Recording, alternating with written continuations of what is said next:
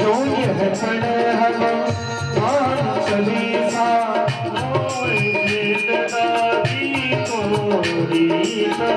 तुलसी राम सदा हरि तेरा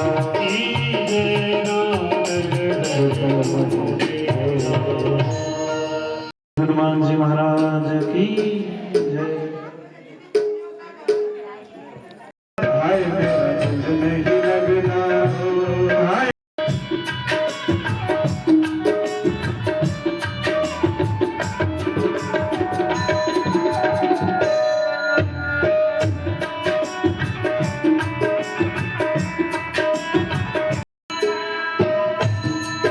सपनों में आने वाले नदियाँ उड़ाने वाले मुझको तड़पाने वाले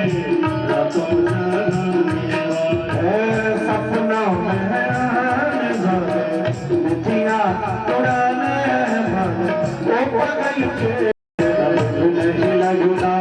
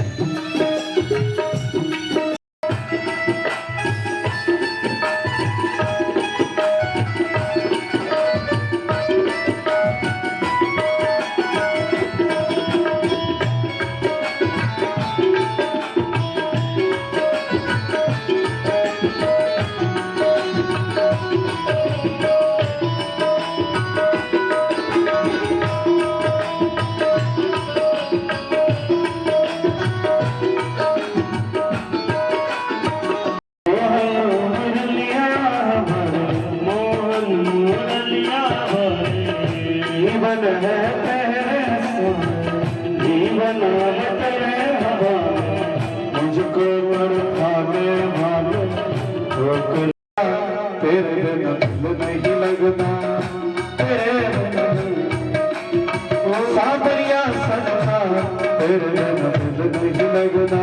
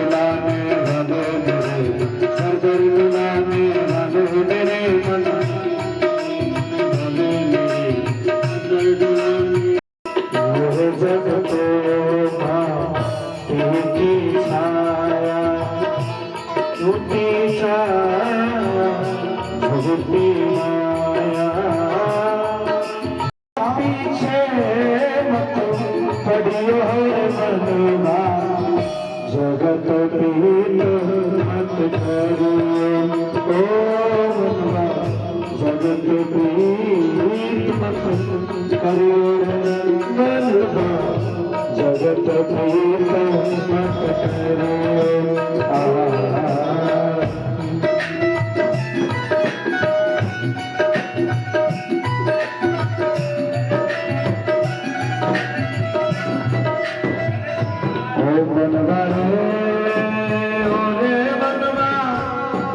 पीछे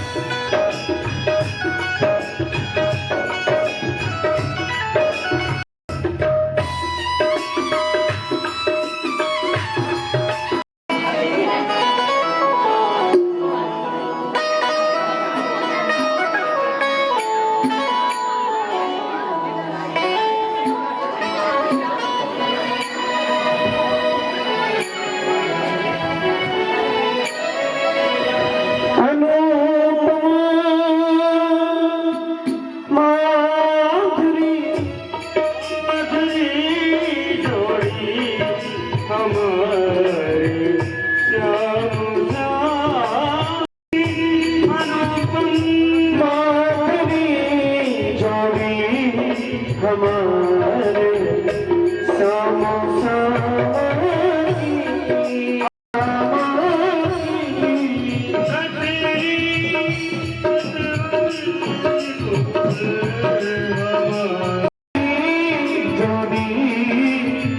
हमारे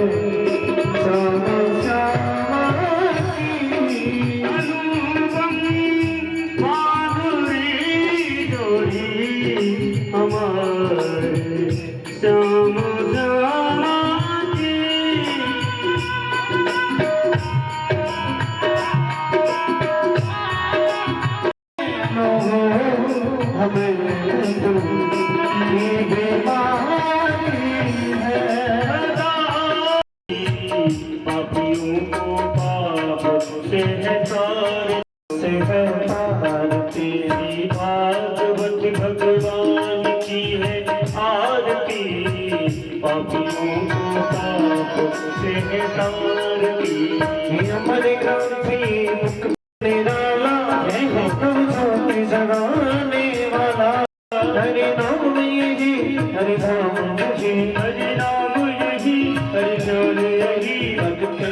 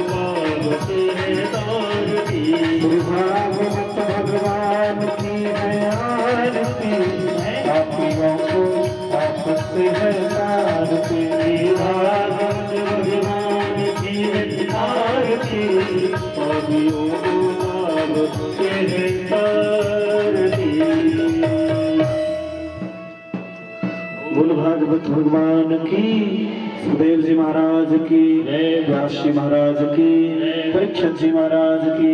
जय जय श्री राधे, जय जय श्री राधे, जय जय श्री राधे।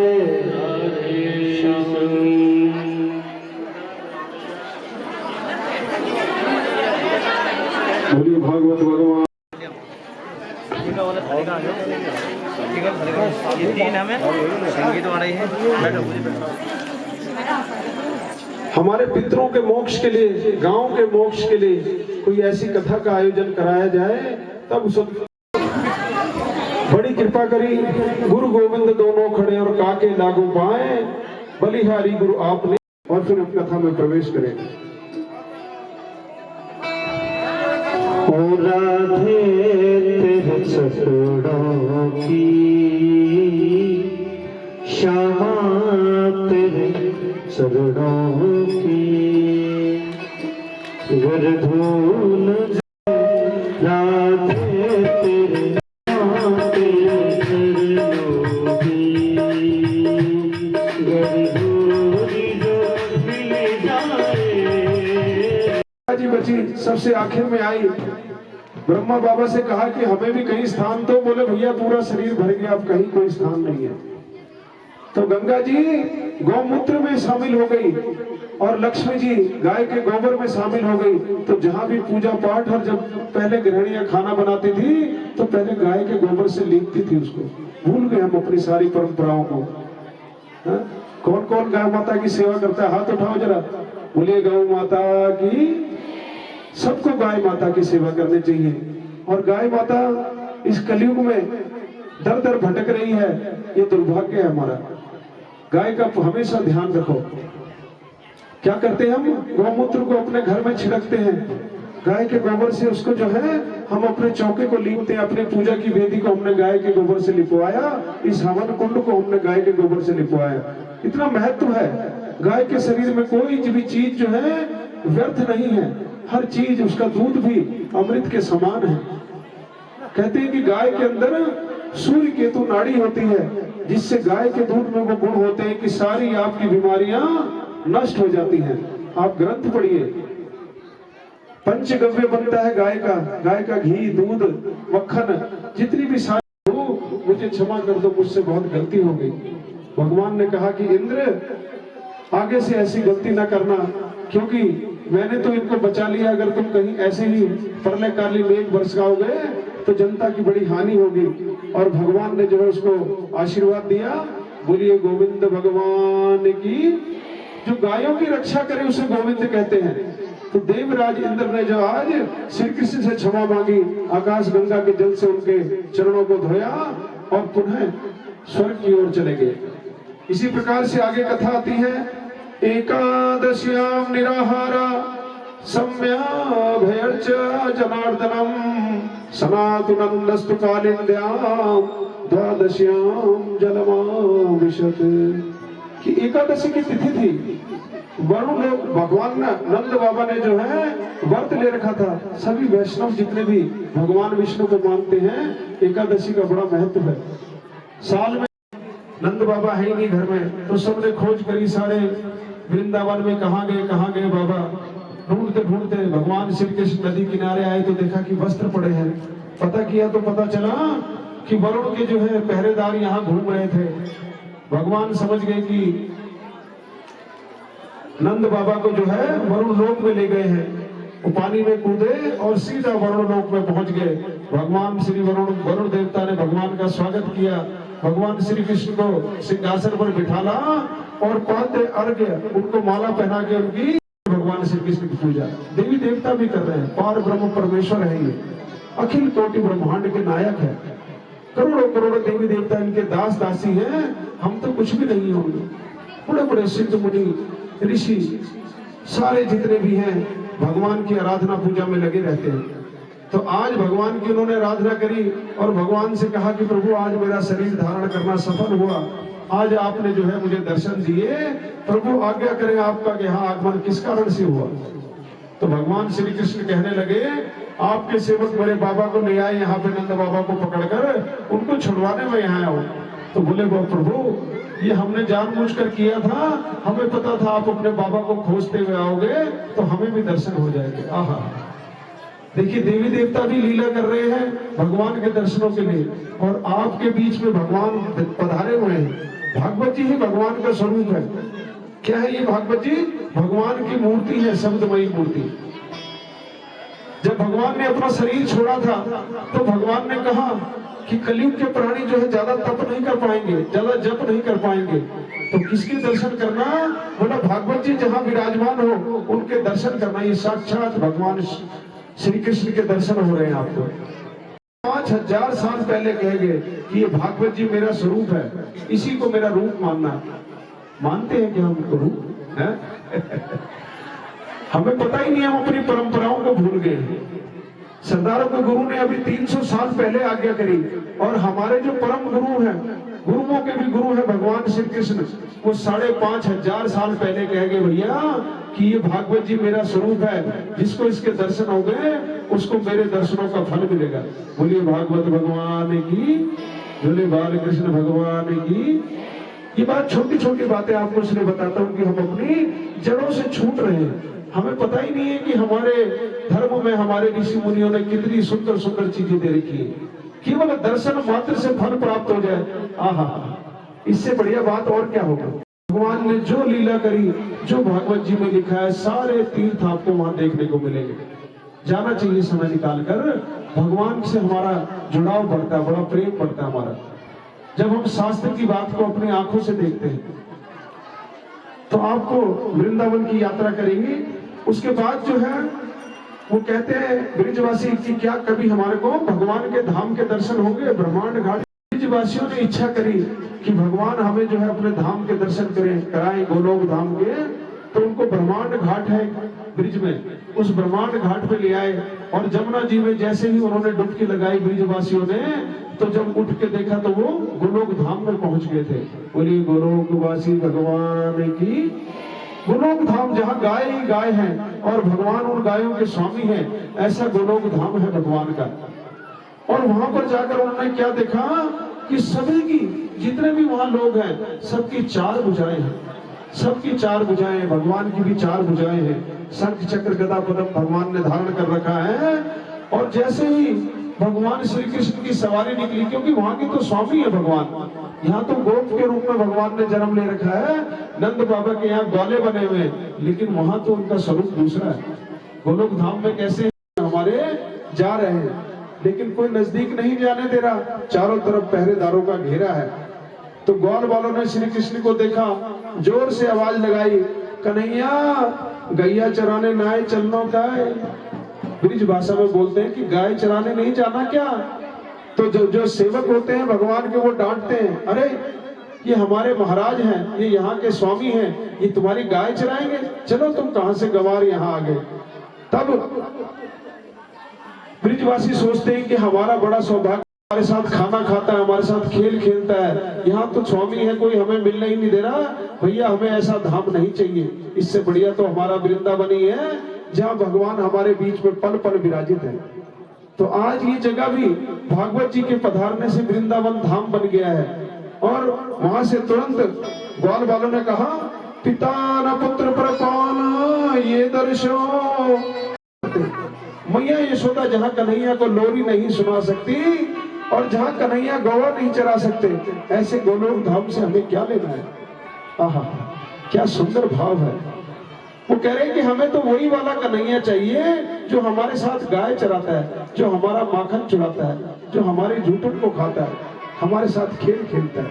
हमें ये नहीं चाहिए भैया जिसके चारों तरफ सेवक है और इस तक हम पहुंच भी नहीं पा रहे। बोलिए बाल कृष्ण भगवान।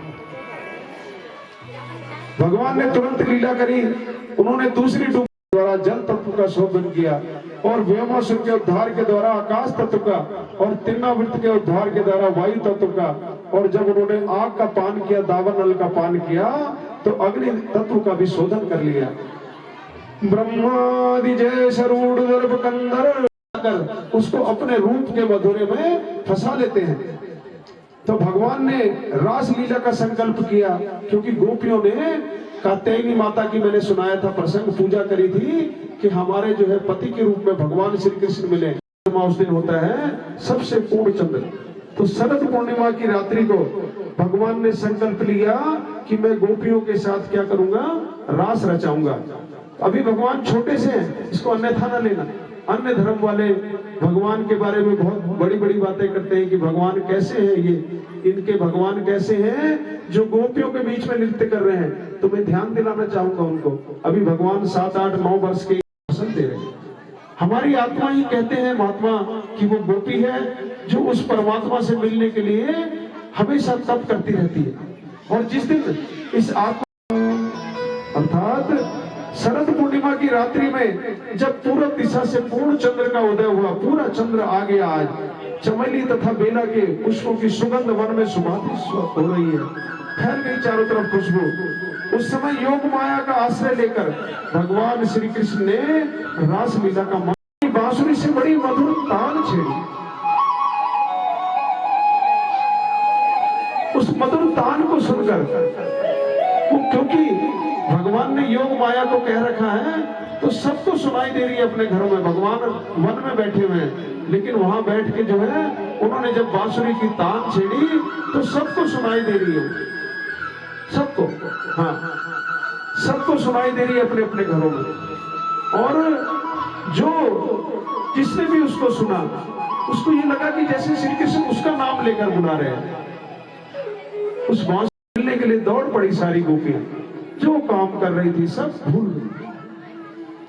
ये हमारे लिए भी एक सूत्र है भगवान का, इस भागवत जी का, कि जब हम सब कुछ भूल जाएंगे, एक टक भगवान में ध्यान लगा देंगे, तभी कुछ बात बनेगी। हाँ? आधे अधूरे मन से बात नहीं बनेगी, पूरा मन लगाना पड़ेगा। आज गोपियां किसी की परवाह नहीं कर रही भैया, चल पड़ी है। तो क्या बोले, स्वागतम वो महाभागा प्रियम किम करवाणी वा वज्रगमन कारणम। बोले भूतागमन कारण है गोपियों, आपका स्वागत है, बताइए आपकी प्रसन्नता के लिए पहले दिन भी बताया, दूसरे दिन भी बताया कि जब पुकारोगे तभी जवाब मिलेगा। बच्चा कहता है कि माँ, तो माँ जवाब देती है। अगर पुकारेगा नहीं तो माँ को पता ही नहीं, अपने काम धंधे में लगे रहेगी। ऐसी भगवान को भी पुकारना है, और जब भगवान को पुकारोगे तो भगवान भी आपकी तरफ निहारेंगे। तो क्या कहती हैं, गोपी गीत का पाठ करती हैं। कृष्णा ज्योति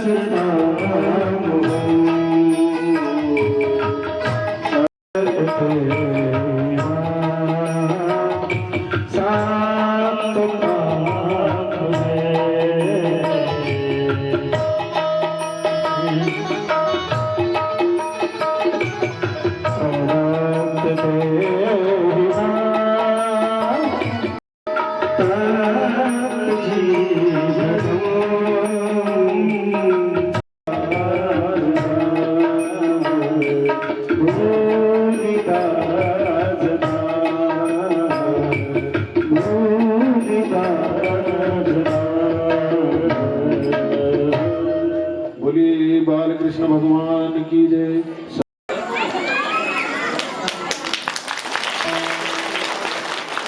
बोले सदगुरुदेव भगवान की जय। देखिए जैसे गोपियों के गोपी गीत गा के भगवान के दर्शन हुए, भगवान उनके बीच में तुरंत प्रकट हो गए, ऐसे ही गोपी गीत के द्वारा सदगुरुदेव भगवान। कुछ दिनों बाद उसके घर वाले खोजते हुए आए तो देखा कि वो वहां किसान के घर में काम कर रहा है। तो तब से ये कहावत बनी, गए थे हरि भजन को और ओटर लगे कपास। यही स्थिति हमारी है। हमने गर्भ काल में भगवान से वचन किया, गर्भ में ही बच्चे जो है भगवान से वचन कर लेता है कि हे प्रभु इस गर्भ से मुझे मुक्ति दिलाओ, तो मैं जब संसार में जाऊंगा तो आपकी बड़ी भक्ति करूंगा, बड़ी भारी, और आपको प्राप्त कर लूंगा। लेकिन यहाँ आकर हम क्या करते हैं, अन्य सब काम करते हैं लेकिन भगवान को याद नहीं करते, उनसे प्रेम नहीं करते। तो आपने क्या करना है, मैं काम करने के लिए मना नहीं कर रहा आपको, सब काम करो, सब भगवान के सृष्टि के, लेकिन भगवान को हर काम में याद रखो, रटते रहो मनी मन, अपने मन को उनमें लगा के रखो, काम सारे करते रहो, तब सुंदर जीवन हो जाएगा। यही जगह जो है वृंदावन धाम बन जाएगी, आपका घर ही एक मंदिर बन जाएगा। बोलिए बाल कृष्ण भगवान की जय, बोलिए भागवत भगवान की जय। तो गोपियों की प्रार्थना, संयामुखाम्बुजा पीताम्बरधर त्रगवी साक्षान मनमथ। क्या हुआ, पीताम्बरधारी भगवान श्री कृष्ण मुस्कुराते हुए गोपियों के मध्य में प्रकट हो गए। बोलिए रास बिहारी भगवान की। उनका स्वरूप जो है करोड़ों कामदेवों को मोहने वाला है। सारी गोपियों ने उन्हें घेर लिया भगवान को कि अब कहीं ना जाए। किसी ने हाथ पकड़ लिया, किसी ने पैर पकड़ लिया, किसी ने वस्त्र पकड़ लिए, कोई आगे से खड़ी हो गई, कोई पीछे से भगवान को घेर के खड़ी हो गई। बोलिए बाल कृष्ण भगवान की जय। कोई आंख बंद करके बैठ गई, बोला सब जगह से जा सकते हैं, मेरे ध्यान से नहीं जा सकते प्रभु। तब भगवान दूसरे क्रम में दो गोपियों के मध्य में एक भगवान हुए और गोल गोल नृत्य करते रहे, और तीसरे क्रम में भगवान ने अपने सैकड़ों रूप बना लिए। भगवान मेरे साथी हैं, बोले बाल कृष्ण भगवान।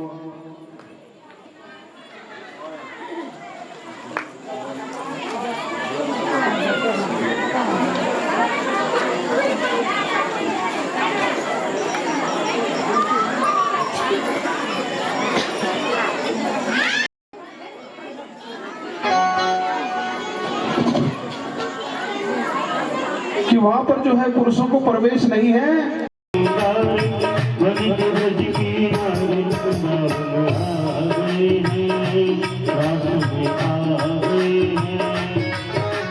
पार्वती भी मनाई हारी ना माने तो पुरानी सावन आ गए हैं।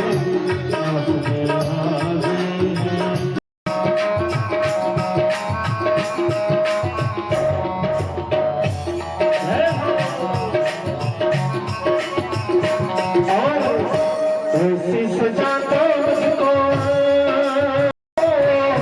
कोई न जाने उस सजा।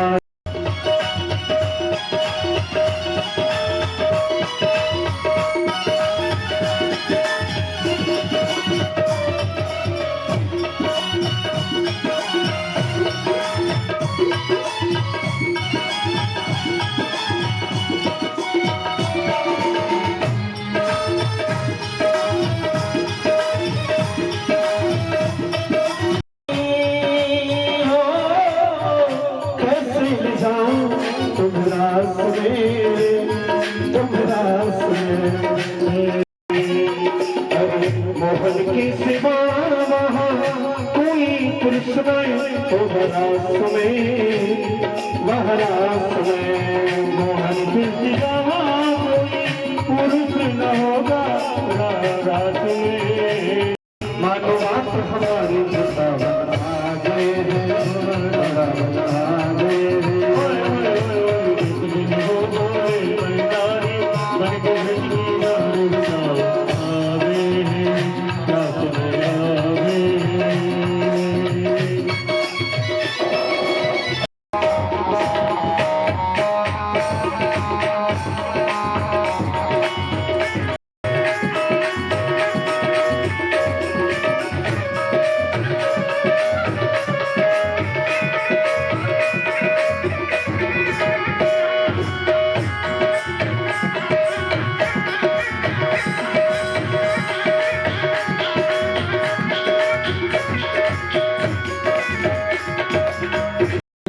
और वो सुख की घड़ी भी चली जाएगी और धीरे धीरे धीरे धीरे आप संतों के माध्यम से, गुरुओं के माध्यम से भगवान की तरफ अपनी यात्रा को आगे बढ़ाते रहोगे।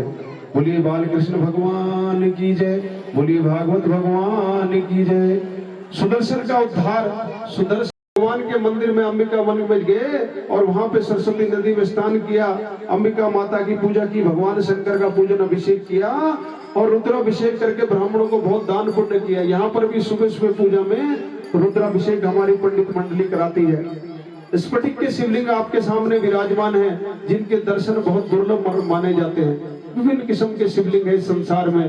कोई चांदी का शिवलिंग बनाता है, कोई सोने का, कोई हीरे का, कोई पत्थर के शिवलिंग की पूजा करता है, कोई स्वयंभू शिवलिंग की पूजा करता है। ये स्फटिक के शिवलिंग है।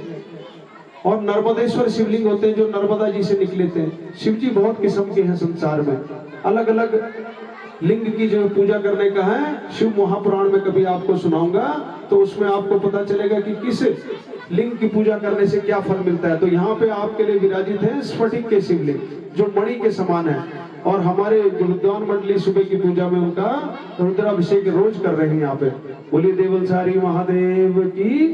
आप सब लोग भी सुबह की पूजा में आ सकते हैं, हवन में आ सकते हैं। और कल का कार्यक्रम मैंने आपको बताया था, ठीक 8 बजे खत्म हो गया और एक दिव्य पुरुष के रूप में प्रकट हुआ।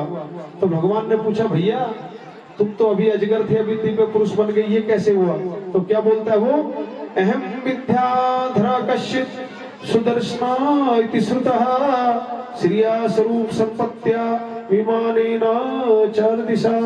मैं पूर्व जन्म में, देखो ध्यान से सुनना, श्राप कैसे लगते हैं हमें। जब हम कोई गलती करते हैं, जब हम किसी संत की अवहेलना करते हैं, किसी बड़े अपने माता पिता की अवहेलना करते हैं, किसी बुजुर्ग को अपमानजनक शब्द कहते हैं, तो अनजाने में ही हम पाप के भागी बन जाते हैं। ऐसी गलती ना करना, हाँ? कभी गलती ना करना। माता पिता और गुरु आपके जीवित भगवान हैं और वो सदा ये चाहते हैं कि आपको मेरा सब कुछ प्राप्त हो जाए। धन संपदा जो उन्होंने अर्जित की होती है, मकान दुकान जो कुछ भी उनके पास होता है, सब आपके लिए छोड़ के जाते हैं। तो भैया वही तो सबसे बड़े भगवान हुए। आप मंदिर में जाते हो, भगवान की पूजा करते हो, भगवान से कहते हो भगवान मुझे ये देना वो देना वो देना, मांगते हो ना सारे के सारे। सभी मांगते हैं ना भगवान से, और माता पिता क्या करते हैं, बिना मांगे ही आपको अपनी सारी संपदा दे देते हैं। बोलिए बाल कृष्ण भगवान की जय। तो माता पिता के, लेकिन वो बोले जी आनंद नहीं है, बड़ा डिप्रेशन हो गया, क्योंकि नौकरी का बड़ा, जितनी बड़ी नौकरी उतना बड़ा प्रेशर उसके ऊपर। कोई कंपनी वैसे काम नहीं देगी आपको, ऐसे पैसे नहीं देगी, पैसे देगी तो आपको खून निचोड़ लेगी आपका। आनंद कैसे मिलेगा? सेवा से मिलेगा। किसकी सेवा से? अपने माता पिता की सेवा से, अपने गुरुओं की सेवा से। मैंने एक दिन कह दिया बिहार की कथा में कि तुम्हारे माता पिता में ही भगवान है, तो वहां बड़ी चर्चा होगी बड़ी भारी, बिहार के लोग बड़े बुद्धिमान है, कोई आईएएस बनता है, कोई आईपीएस। बोला जी उन्होंने कह दिया कि भगवान जो है उसके अंदर है। मैंने कहा मैं भागवत जी से आपको सिद्ध करके दिखाऊंगा कि भगवान आपके माता पिता में है। भागवत जी में नाभग जी का चरित्र आता है कि नाभग जो है अपनी शिक्षा ग्रहण करने के लिए गुरुकुल गए हुए थे। उनके 2-3 भाई थे, उन्होंने पीछे से सारी संपत्ति आपस में बांट ली, नाभग के लिए कुछ नहीं छोड़ा। तो जब नाभग पढ़ के आए तो उन्होंने पूछा कि भैया की संपत्ति का मालिक बड़ा होता, तो बोला ये पिताजी संपत्ति के मालिक थे, तुम्हारे हिस्से में। बोलिए राधे राधे।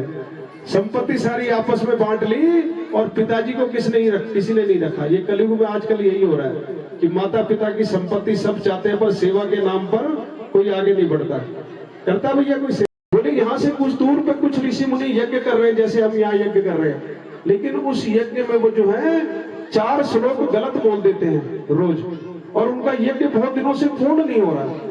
तो तुम जाओ और उनको ये बताओ कि ये श्लोक ऐसे बोलने हैं, उनका यज्ञ पूर्ण हो जाएगा, उनके पास जितनी भी धन संपदा है वो सब तुम्हें दे देंगे, क्योंकि वो भगवान को प्राप्त करना चाहते हैं। नाभग जी गए, वहां जाकर यज्ञशाला में पहुंचे, ऋषि मुनियों से कहा कि हे ऋषियों, हे देवताओं, तुम जो यज्ञ कर रहे हो इसमें तुम ये गलती कर रहे हो, इसको ठीक कर लो। उन ऋषियों ने वैसे ही यज्ञ किया जैसे नाभग जी ने बताया, तो उनका यज्ञ पूर्ण हुआ। वो जितने भी सोने चांदी के बर्तन, जितने भी पहले यज्ञ सोने चांदी के बर्तनों में हुआ करता था, कहते हैं बहुत बड़ा भारी यज्ञ किए जाते थे, तो वो यज्ञ की जितना बचा हुआ सामान था सारा उसको दे दिया नाभग जी को। नाभग अपने भाइयों से भी अमीर हो गया, लेकिन जैसे ही उठा के जाने लगा तो भगवान भोलेनाथ उनकी परीक्षा लेने के लिए वहां आ गए। उत्तर दिशा से एक काला पुरुष प्रकट हुआ।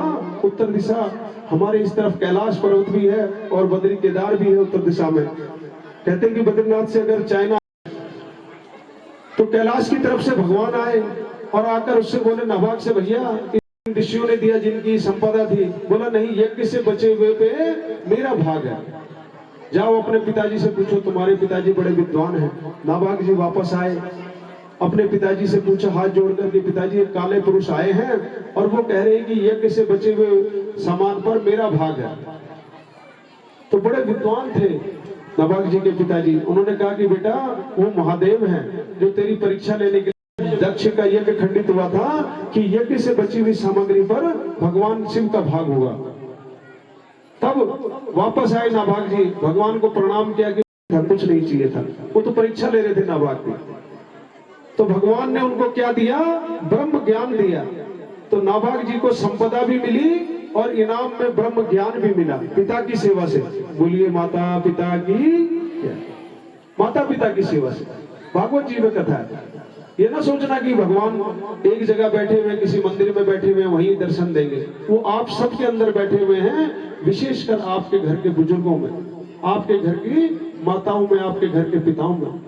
तो सारे बालक ध्यान देना जो छोटी उम्र के हैं, भैया अपने माता पिता के चरण छूना, तुम्हारे सारे काम पूर्ण होते रहेंगे।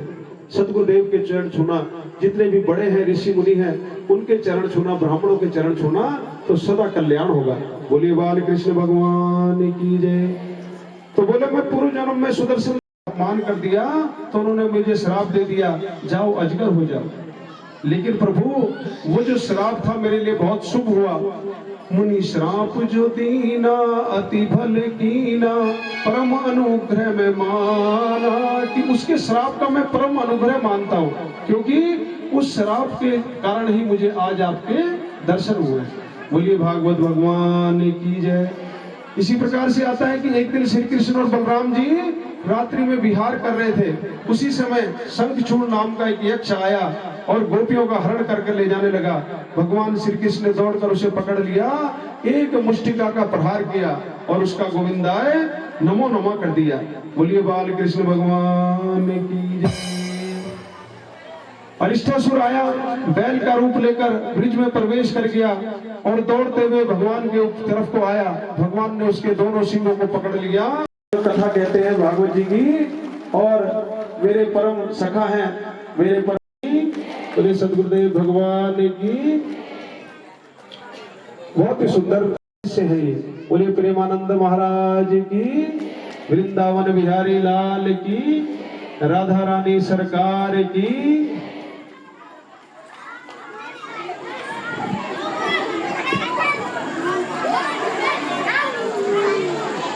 पंडित जी एक माइक देना व्यास जी को अपने वाला।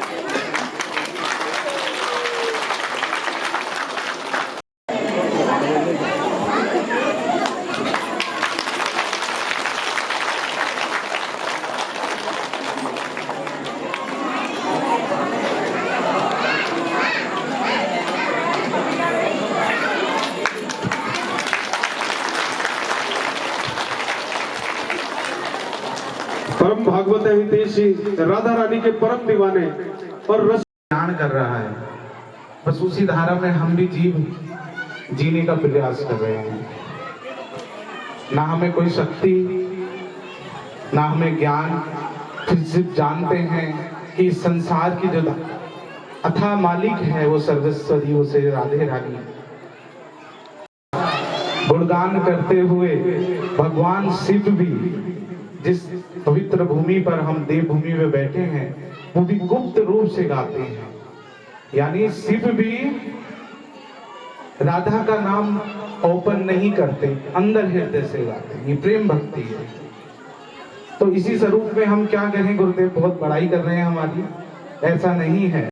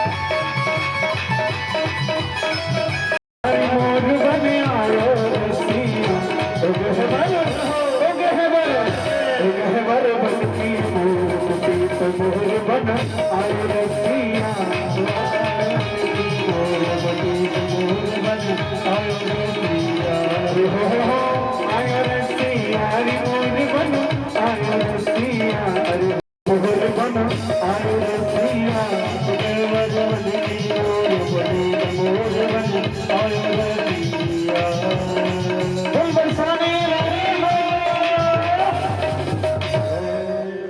जो है अपने रूप में अष्टावक्र परम ज्ञानी हुए। अष्टावक्र ऋषि के बारे में आप पढ़ना, 8 जगह से टेढ़े मेढ़े थे। राजा जनक की सभा में गए और राजा जनक की सभा में जितने विद्वान बैठे थे वो सब हंसने लगे अष्टावक्र जी को देख के। अष्टावक्र जी 2 क्षण चुप रहे। जब वो हंस के चुप हुए तो अष्टावक्र जी जोर जोर से हंसने लगे। राजा जनक हैरानी में आ गए, बोले मैं तो देख रहा हूँ ये चमारों की सभा है। अब जैसे ही उसने विद्वानों को चमार कहा, सभा में सन्नाटा हो गया। तो जनक ने कहा कि अष्टावक्र आप क्या कह रहे हैं, ये चमार कैसे? बोले ये मेरी चमड़ी को देख रहे हैं। तो जो चमड़ी को देखता है वो क्या होता है? चमार है। तो किसी के शरीर को देख के उसको अपमान मत करना। आज कुब्जा जो है उसको सारे मथुरा वाले जो है धिक्कारते, लेकिन भगवान ने मदभावित भोजपते रति प्रियम बिना युवाम कौनियत मस्त दरहती, अर्थात ये परम सुंदर भगवान तो परम सुंदर है, करोड़ों कामदेव के समान उनका स्वरूप। एक से एक भक्त जनाबाई सदना कसाई सैन नाई धन्ना 8 में से उसकी जो सुमेरु है वो तुलसीदास जी है। उन 108 भक्तों ने अपने अपने तरीके से भगवान को रिझाया और भगवान को पाया। और ब्राह्मणों में से केवल कुछ ब्राह्मण हुए जो भगवान को पा सके, जो भगवान के भक्त थे। तो इसलिए मैं ब्राह्मणों से निवेदन करता हूँ बार बार कि भैया भक्ति करना, तनिक सावधान रहना। कहीं ज्यादा शास्त्र के चक्कर में पड़ गए तो चक्कर ही खाते रहोगे सारी जिंदगी, वाद विवाद ही करते रहोगे। शास्त्री जी जो है शास्त्र पढ़ के जो है शास्त्रार्थ करने जाते हैं। एक पंडित जी आए, बड़े विद्वान थे, मुझे मिलने, बहुत साल पहले की बात बता रहा हूँ, 20-25 साल पहले की। तो बड़े हम मंदिर बनवा रहे थे जहाँ रहते थे हम पटेल नगर में। तो शास्त्री जी आए, कुमाऊं के बड़े पढ़े लिखे आचार्य, मेरे से आके कहने लगे पंडित जी मुझे आपसे शास्त्रार्थ करना है। मैंने कहा भैया देखो मुझे तो कुछ आता नहीं और मैं तो भगवान का भक्त हूँ, अपने गुरु का सेवक हूँ, और तुमने तो भैया बड़े शास्त्र पढ़े हैं, तुम्हें बहुत कुछ आता है, मैं तो अज्ञानी सा आदमी हूँ। तो कहने लगे नहीं आपको वो तो बहुत कुछ आता होगा, आप मंदिर बनवा रहे हो, आप ये कर रहे हो वो कर रहे हो। मैंने कहा भैया देखो अपनी डायरी में लिख लो कि हम सबसे बड़े अज्ञानी हैं। जब हमने ये कहा तो उसके बाद उसकी आंखों की पट्टी खुली और आज 15-20 साल के बाद जहां मैं नजर आया तो दूर से प्रणाम करने लग जाते। तो मैंने कहा भैया उसी दिन प्रणाम कर लेते तो ये दिन ना देखना पड़ता। बाद में उनके साथ कुछ और लीलाएं घटित हुई, तब वो इस महत्व को समझ सके। क्या कहते थे वो कि मुझे दुर्गा सिद्ध है और मेरे सामने जो आता है उसको हम उड़ा देते हैं। हमने भी ये कहा कि भाई दुर्गा तो संसार की माई है और हम भी उसी के सेवक हैं, हम भी उसी के बच्चे हैं। अगर हमारा बाल भी गिरा सको तो देख लेना भैया। गुरु की हमें बड़ी कृपा है। और उसके बाद जो है मेरा वजन 10 किलो और बढ़ गया। बोलिए बाल कृष्ण भगवान की।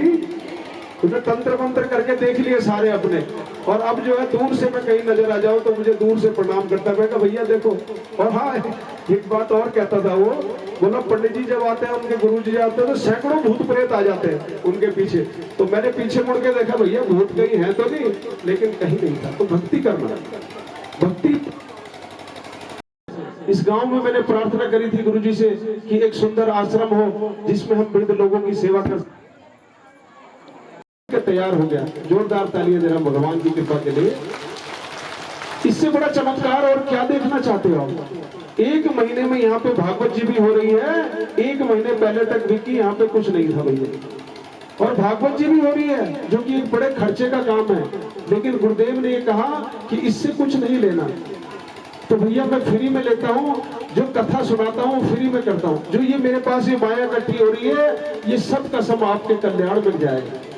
मैं इससे 1 पैसा भी अपने घर में नहीं रखता, और ये निःशुल्क मेरी भागवती गंगा बह रही है।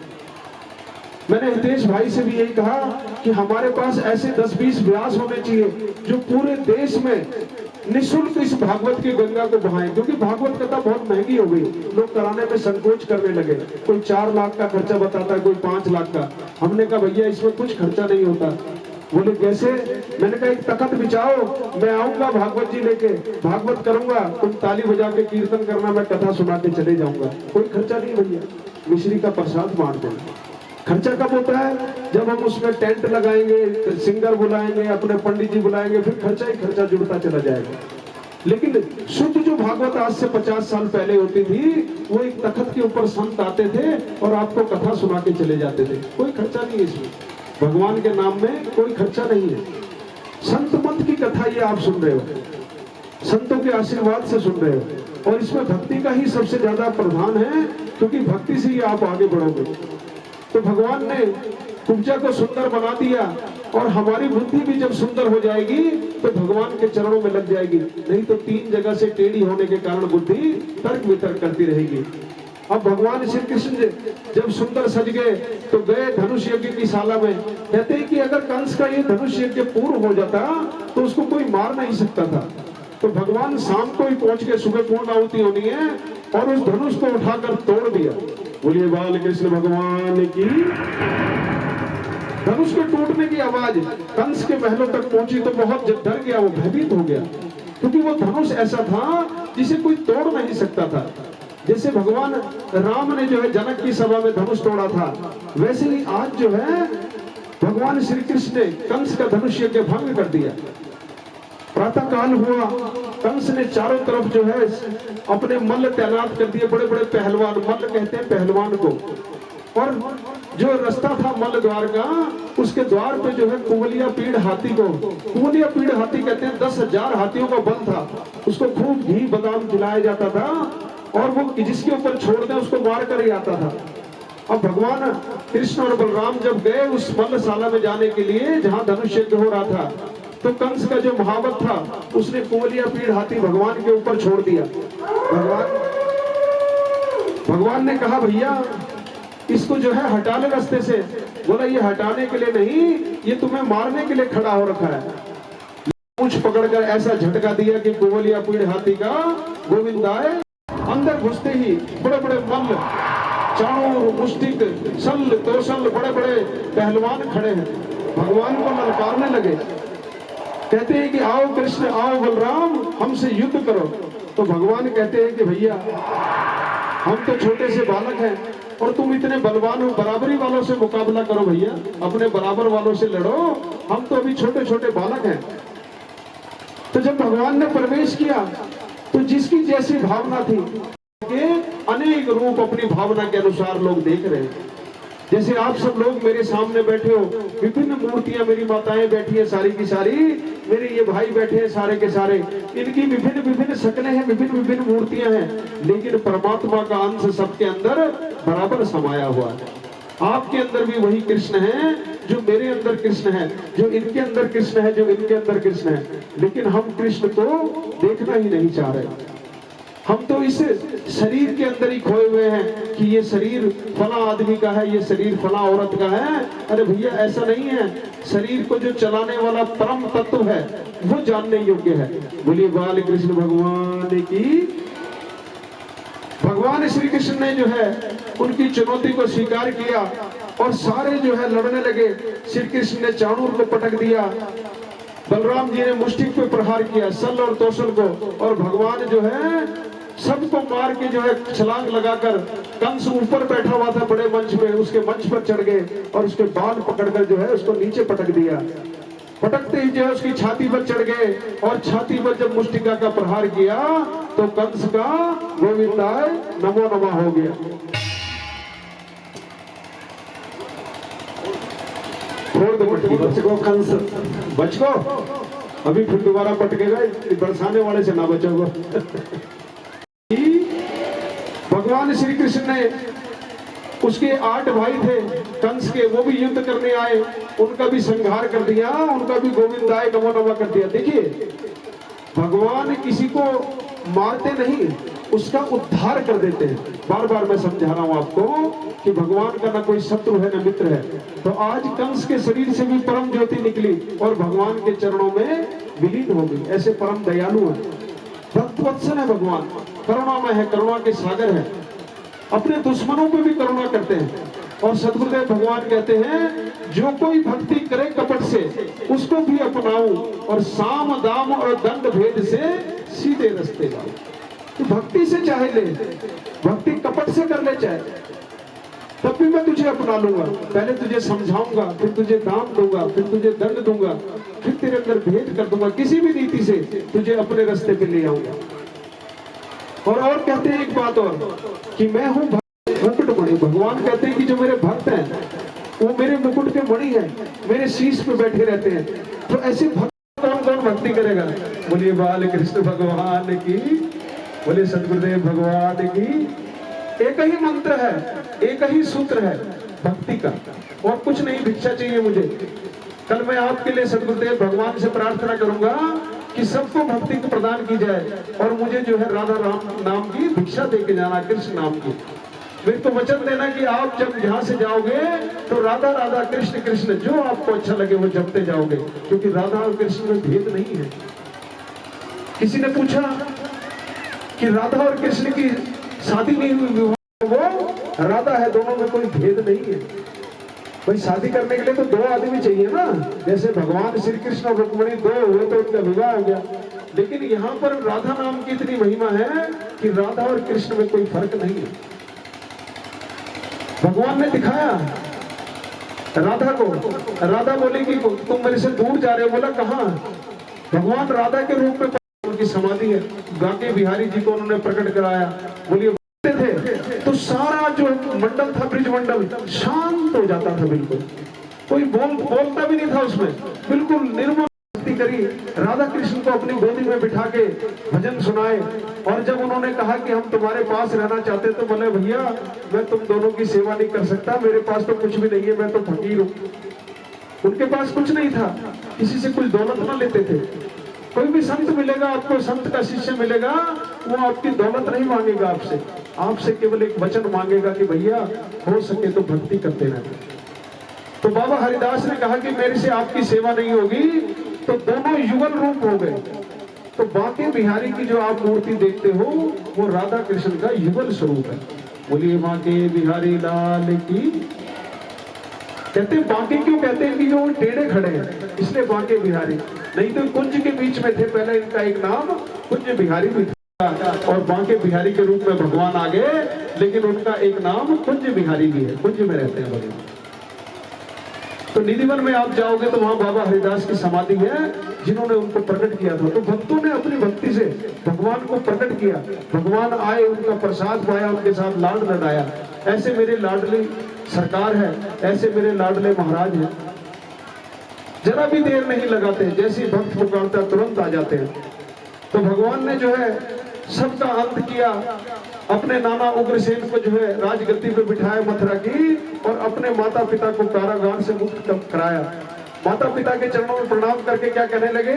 यस्त्योरात्मजः कल्पः आत्मना च धनेन च वृत्तिं न दद्यात् प्रेत्य सोमासं खादयन्ति ही। बच्चे जरा ध्यान देना, जरा इस श्लोक पे जरा मेरे बालक जो बैठे हुए छोटे छोटे वो ध्यान देना।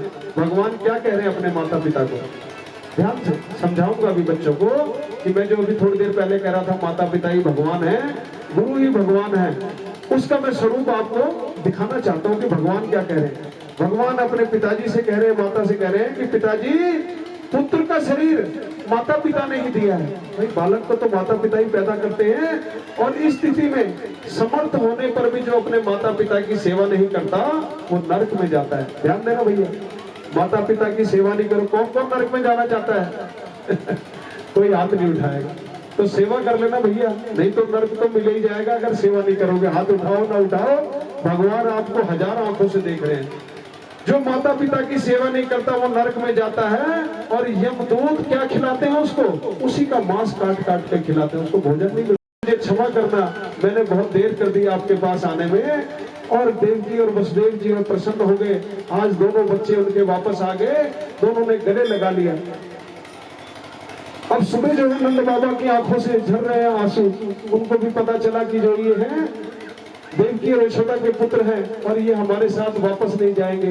वज्रपात हो गया। बड़ा प्रेम करते हैं, किसी तरीके से उनको जो है विदा किया भगवान ने नारायणी माया का संचार करके, और संदीपनी गुरु के आश्रम में पहुंचे उज्जैन। बोलिए महाकाल भगवान की। उज्जैन महाकाल बाबा की धरती है, महादेव का मंदिर है और बहुत सुंदर है, जाना चाहिए वहां पे। वहां पे संदीपनी मुनि का आश्रम था। भगवान गए उनके आश्रम में, अल्प काल में ही सब विद्या पाई। भगवान ने अल्प काल में ही सारी विद्याएं पढ़ ली उनसे। और गुरु दक्षिणा मांगने के लिए जब कहा तो संदीपनी मुनि बोले, प्रभु मेरा ये सौभाग्य है कि मैं आपका गुरु बना, तो आप जो है अपनी गुरु माता से पूछ लो, मुझे कुछ नहीं चाहिए। गुरु माता बोली, प्रभु मैंने सुना है कि आप भगवान हो, तो मेरा पुत्र जो है समुद्र के किनारे गया था, कहीं डूब गया था, तो उसको ढूंढ के अगर ला सको तो लाओ। यमराज की संयमनी पूरी जाते हैं और वहां से गुरु पुत्र को वापस ले आते हैं। ऐसा सामर्थ्य केवल भगवान में ही है भैया, और कोई नहीं कर सकता। बोलिए भागवत भगवान की जय, बोलिए बालकृष्ण भगवान की जय। तो आज मथुरा वाले आनंद मना रहे हैं, आप भी एक सुंदर भजन के द्वारा आनंद मनाओ और पुनः आगे लीला को बढ़ाएंगे। आज हम रुक्मणी विवाह तक जाएंगे, रुक्मणी भगवान का विवाह कराएंगे। पहले जन्म में वो हिरण्याक्ष और हिरण्यकशिपु बने, दूसरे जन्म में रावण कुंभकर्ण, और इस द्वापर में बने शिशुपाल और दंतवक्र। तो ये शिशुपाल वही शिशुपाल है। इनको बुला लिया, रुक्मी के मित्र हैं, रुक्मणी के भाई। उनको भोजन कराया, उसके बाद पूछा कि बोलो ब्राह्मण देवता क्या है, तो बोले जी आपका ये पत्र आया है, आप पढ़ लो। तो पढ़ने के लिए भगवान श्री कृष्ण कहते हैं कि हमें ब्राह्मणों के ऊपर पूरी विश्वास है, ब्राह्मण हमारे देवता हैं, आप पढ़ के सुनाइए। तो माता क्या कहती है, रुक्मणी माता लिखती है कि हे त्रिभुवन सुंदर प्रभु, जब से मैंने आपके गुणों का वर्णन सुना है, मेरा मन जो है लज्जा शर्म सब छोड़कर आप में प्रविष्ट हो गया। अब देखिए, रुक्मणी और नाचना नहीं पड़ता, लेकिन जो इस दरबार में नहीं नाचना पड़ता तो उसको भैया संसार अपने अपने तरीके से नचाता रहेगा। तो अब जो रुक्मणी विवाह का प्रसंग आएगा, सब खड़े होकर नाचना जिसको नाचना आता है। बोलिए बाल कृष्ण भगवान की जय। और अगर आप मुझे चाहते हैं शिशुपाल को से, तो मैं विवाह करने से पहले भगवान की, मैंने बताया था आपको कि जो भगवान को पत्र के माध्यम से कि भगवान आओ, अगर मेरा विवाह शिशुपाल के साथ हो गया तो मैं प्राण त्याग दूंगी। तो रातों रात भगवान जो है वहां पहुंच के अकेले ही। अब जब बलराम जी को पता चला कि कन्हैया चले गए अकेले, तो पीछे से सेना लेके जाते हैं कि वहां तो जरासंध शिशुपाल बड़े बड़े राजा होंगे, वो कन्हैया का अहित ना कर।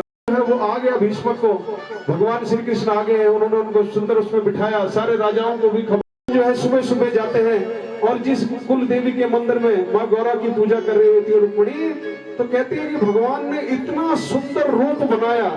अरे भैया, रुक्मणी और भगवान श्री कृष्ण की एक झांकी बनाई है बच्चों ने, उसको ले आइए ब्राह्मण देवता बाहर बुलाओ और 2 कुर्सी लगा दो उनके। तो भगवान ने जो है इतना सुंदर रूप बनाया। शिशुपाल की भी सेना लगी है, रुक्मी की भी सेना लगी हुई है, जरासंध की भी सेना लगी हुई है, लेकिन भगवान त्रिभुवन सुंदर है, भगवान मनमोहक है। तो भगवान इतना सुंदर रूप बनाया, सारे जितने सिपाही खड़े थे, सारे सैनिक खड़े थे, वो सारे के सारे मोहित हो गए भगवान के रूप पे। और भगवान गए, रुक्मणी का हाथ पकड़ा, इन दोनों को बिठाओ, सुंदर झांकी और बधाइयां गाओ, और ये कन्हैया को भी बधाई दे दो, ये अपना गला इतना आपके लिए वो कर रहा है। मेरे यजमान जो हमारे थे, फलक से जमीन पर परियां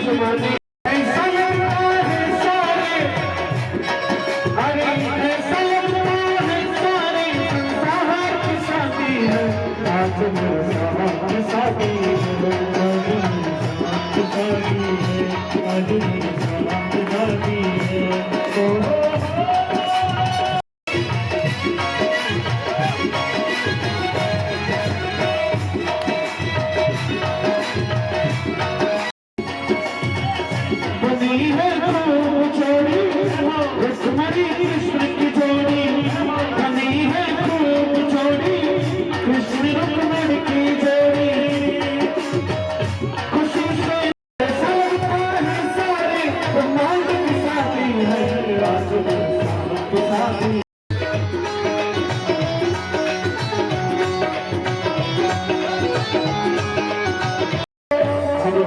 बराती देखो कांवरिया याद के,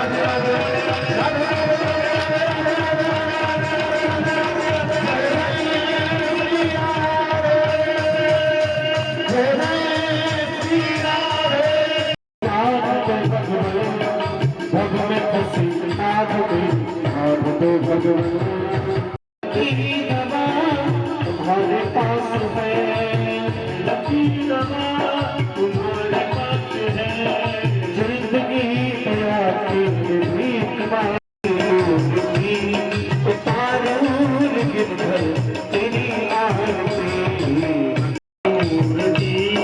उतारूं मधुबन तेरी आरती, हर मांग तुझसे चाहे ही सोच भगवान।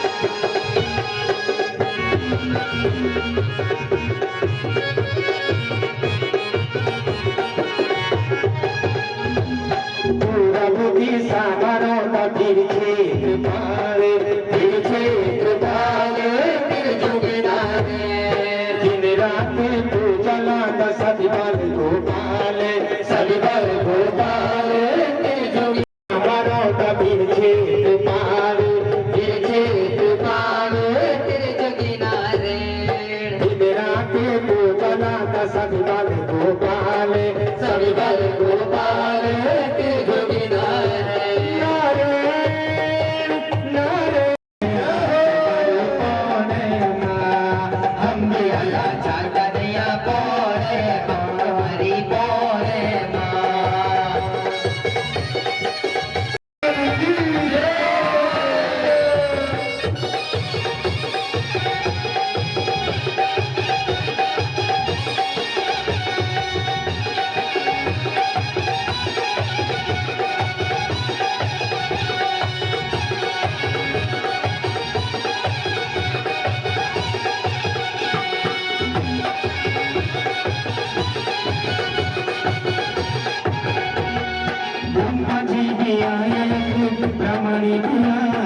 ब्रह्मणी भी आया ने ब्रह्मणी भी आया ब्रह्म जी भी आया ब्रह्मणी भी आया ब्रह्म जी भी आया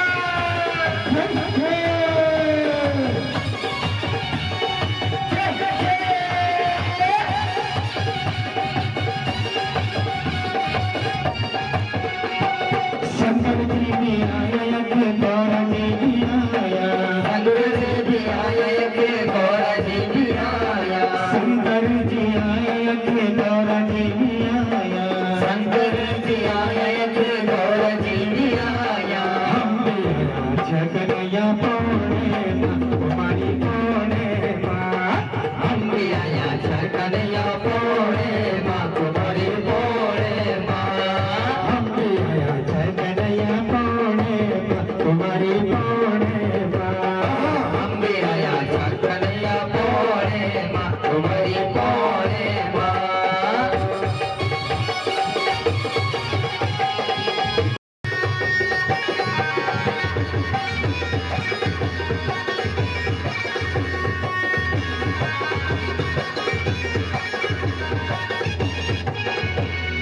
राम जी भी आया सीता जी भी आया राम जी भी आया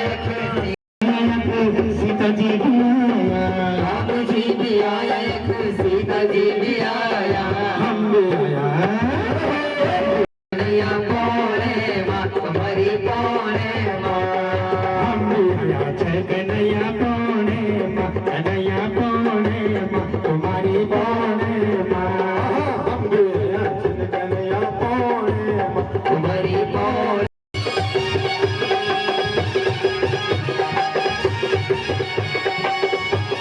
बोले कृष्ण कन्हैया लाल की जय हो जय हो बोल वासुदेव भगवान की जय हो जो लोग बैठे हैं वो तालियों की सेवा करेंगे जो लोग बैठे हैं व्यास जी भी आया जोड़ी कहूँ सारो व्यास जी भी आया गौरी जी भी आया व्यास जी भी आया जोड़ी कहूँ सारो व्यास जी भी आया जोड़ी कहूँ सारो व्यास जी भी आया जोड़ी कहूँ सारो व्यास जी भी आया जोड़ी कन्हैया पौने तुम्हारी पौने माँ हम भी आया कन्हैया पौने माँ तुम्हारी पौने माँ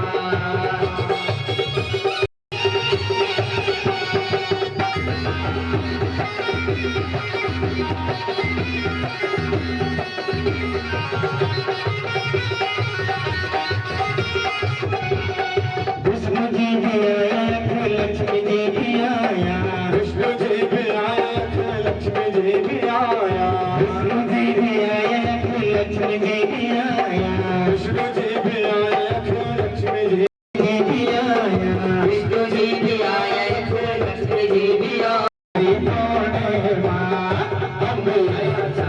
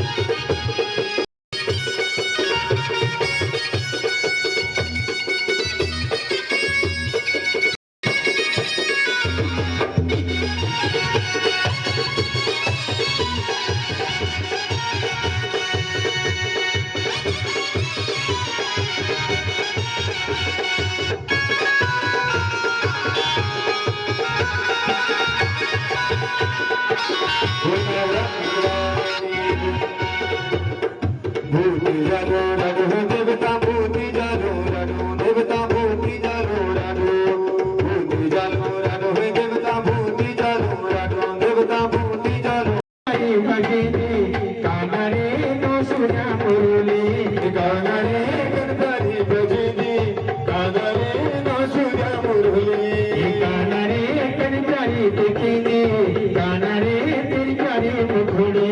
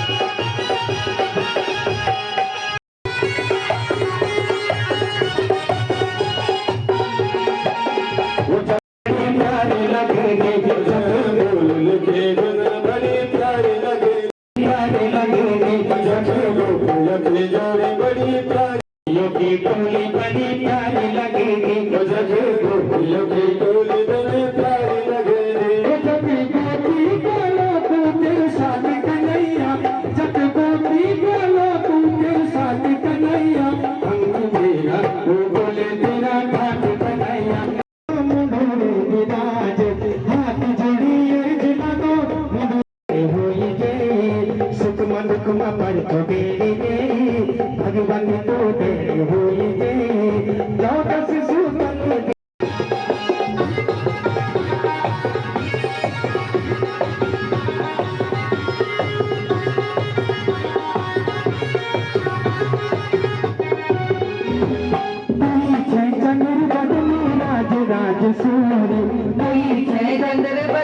राज राज सोरी हे माता तू देनी होई जय जो दस सुपले देनी देनी जो दस सुपले देनी होई जय हे माता तू देनी होई जय भगवती तू देनी होई जय हे माता तू देनी होई जय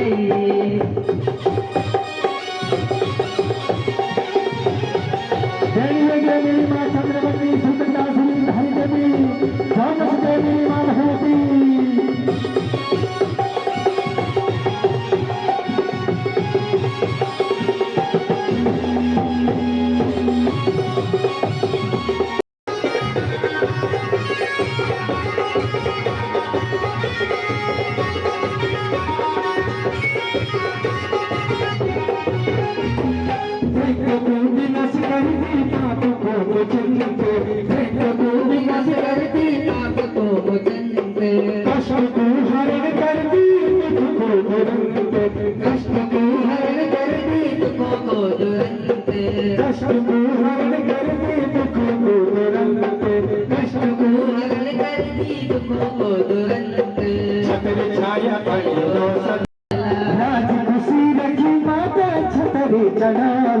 राज खुशी रखी है माता छतरी चढ़ोला नौरता मनने देवी तेरा हम लगोला राज खुशी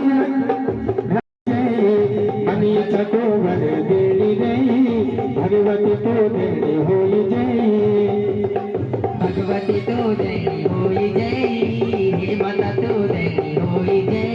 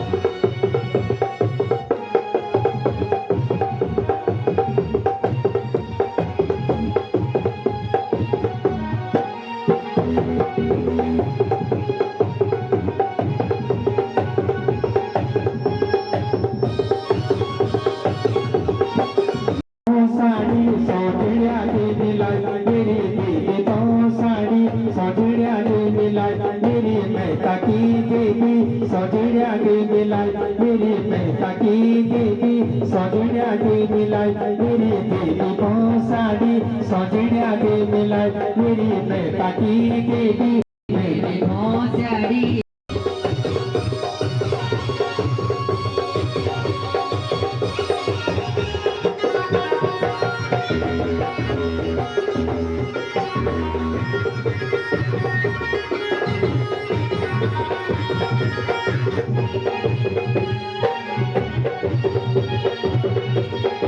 सजड़िया दे मिलाई मेरे मन से सजड़िया दे मिलाई देवी सजड़िया की खैरी सजड़िया दे मिलाई देवी सजड़िया की खैरी सजड़िया दे मिलाई मेरी देवी को साड़ी सजड़िया दे मिलाई मेरी बेटा की देवी